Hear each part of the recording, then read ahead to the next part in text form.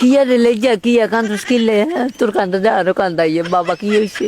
বাবা গভীর মনোযোগ। হ্যাঁ ঠিক আছে বাবা, তোমার কথাতে গভীর মনোযোগ দিতেছি, কি বলবো বলো বাবা। আপনি যদি 5 ওয়াক্ত নামাজ না পড়েন, কবর তলে যাইলে কেন বাদি গাছের গইসা দিয়ে শুধু আতানে বাতানে সুরে ধরবো কেন? হ্যাঁ রোজা যদি না রাখেন, হজ যদি না করেন, আপনি কাফের বা নাস্তিক, এরকম কোনো দলিল নাই। কি কসলে যে তুই এই দলিল কোন আইছো? কি তোর ল্যাংটা বাবা নিয়ে এই দলিল দিছে না তোর খাদা বাবা এই দলিল দিছে? বাবা তুই এই দলিল হঠাৎ করে আব্বারে দিচ্ছ মানে কোন কারণে?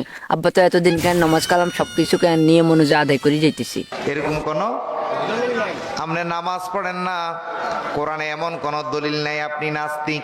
কি কস এতদিন শুনিয়ে আইছি আল্লাহ বলছে কোরআন হাদিসে যে নামাজ কালাম আদায় করানোর লাই আল্লাহর খুশি করানোর লাই, যে তুই আমার এই দলিল দিছ।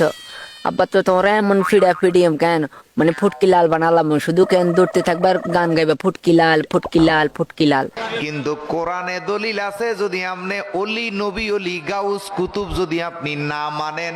বাবা কোরআনে এমন দলিল আছে যে যাতে কেন উল্টা আল্টা কথা কইব, আল্লাহর বিরুদ্ধে কোরআনের বিরুদ্ধে কইব, এতে শুধু কেন হোগা মানে ফুটকি আছে মারতে হইব, কি কিছু কথা বুঝনি? শুধু ফুটকি লাল এটাই শোনা যাবে আর কিছু শোনা যাইতো না। তাহলে আপনি নিঃসন্দেহে নির্ভেজাল কাফের। কি কস আব্বা যদি তোর হুন আছে বাড়ি কেন বাদি গাছের গেছে দিয়ে কেন মানে কাফের যাই নমাজ কালাম মানুষের যাতে হতো না হেতে কাফের। নামাজের থেকে, রোজা থেকে, হজের থেকেও, নমাজের থেকে রোজার থেকে হজের থেকে তোমার ল্যাংটা বাবার দরবারে যাই বই থাকলে লাভ হইবে কেন? তোমার ল্যাংটা বাবার দরবারটা কোন জায়গা? আমি আসতে চাই ল্যাংটা বাবার দরবারে যাই, হেতে কেন সুয়ারি গোড়া দুনুগাই কেঁচে দি খপত খপত খপত করে কেটে দিমু যখন, তখন ওই জুনিয়া সাকিবের মতো হরে শুধু দৌড়বো আর কেন জিকির করবো, আল্লাহ জিকির করবে যে হায় খোদা কিটা হারাইলাম কি কইছি কথা বুঝনি? আল্লাহরে বলানোর সময় তো না। অলি আল্লাহ কত দামি, নবী কত দামি। কিন্তু আমার কথা হচ্ছে ওলি আল্লাহ কোথায় আর কেন নবীজি কোথায়? এই জন্য বলতেছি হোলা অন্য যদি বাঁশি থাকতি শ্বাস সেলো ঘাঁটি ঘন্টা গোলায় হলাই যা।